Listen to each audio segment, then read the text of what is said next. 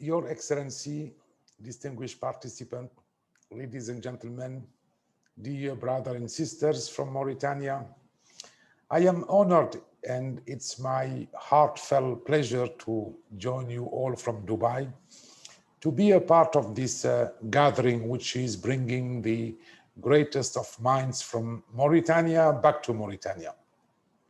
I would like, first of all, to extend my gratitude and warmest regard to my brother, Minister Aziz Dahi, for extending the invitation to me to speak today and share my perspective on what our country needs to do to achieve accelerated digital-led socio-economic progress.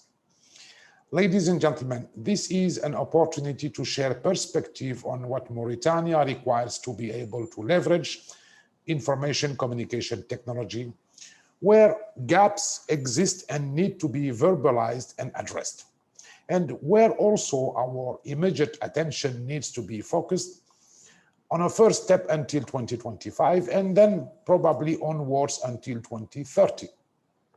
Mauritania could be recognizably another frontier of growth, intellectual capital, and investment. And it could become a digital powerhouse for capacity building, innovation, and human capital in West Africa by leveraging our political will, the right policies and regulatory measures, and also the strengths of the private sector and our citizens.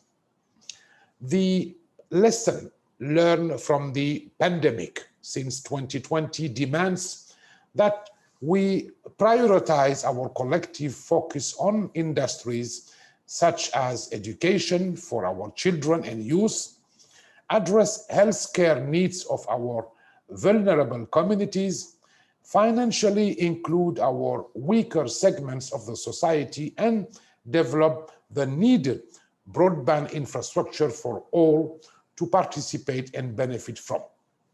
Fortunately, thanks to the visionary efforts of Mauritania's policymakers and regulators since 2013, our country has been on a path to accelerated adoption of broadband, which somehow gives us a firm foundation to build a sustainable digital economy and a knowledge society in Mauritania.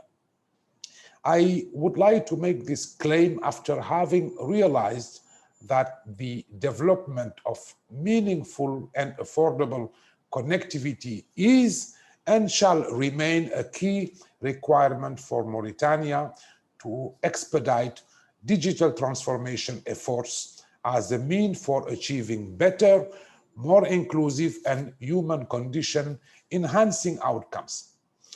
Colleagues, the Mauritanian diaspora is among the key resources and enabler that should be mobilized and utilized as our great nation strives to secure a sustainable digital future. Many of us are well positioned and carry the expertise that can adequately serve the investment, capacity building, transformational and nation building needs of the country. Digital transformation, as you know, and digitally powered socio-economic development requires predictable and sustainable investment and partnership, fit for purpose collaborative policy and regulation, and also targeted demand-side approaches.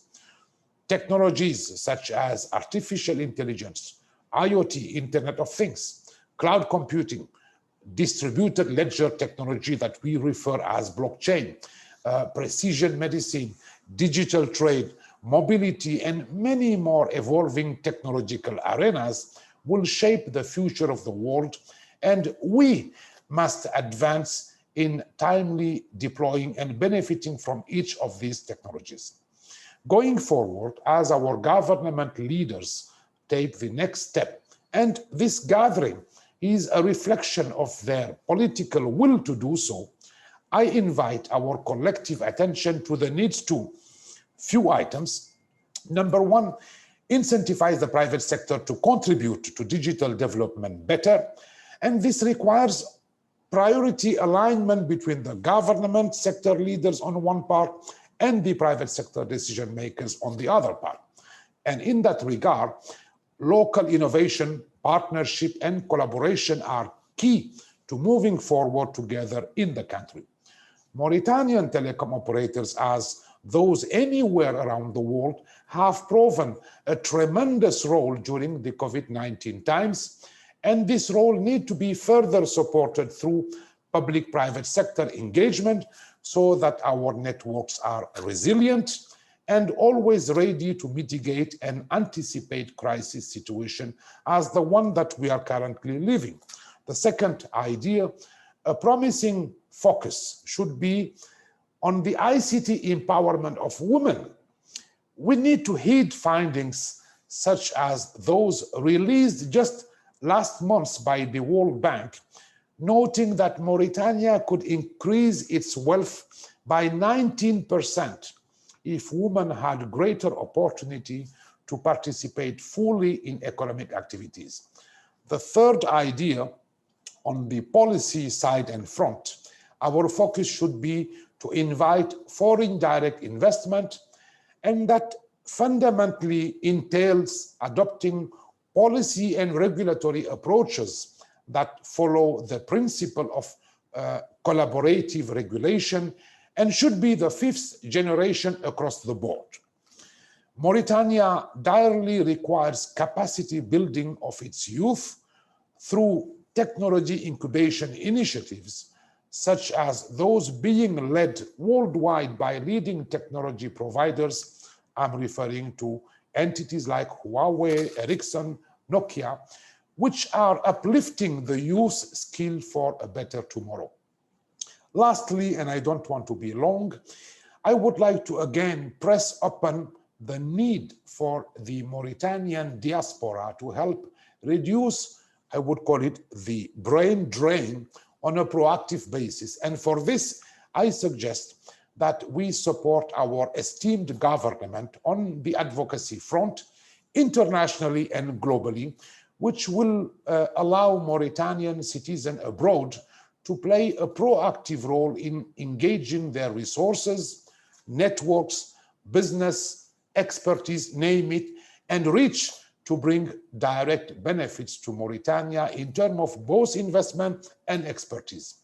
The country has made significant strides and can realize significant socio-economic dividends with our government leaders now willing to invest and enable investment. With our unified and actionable approaches, the Mauritania digital strategy, enabled by our policy maker, could lead to the creation of a resourceful pool of knowledge which can assist in setting effective policy and investment-friendly framework in action. With that, it has been an honor to have this conversation with you. And once again, I thank you very much and wish all great outcomes of this discussion today. Thank you.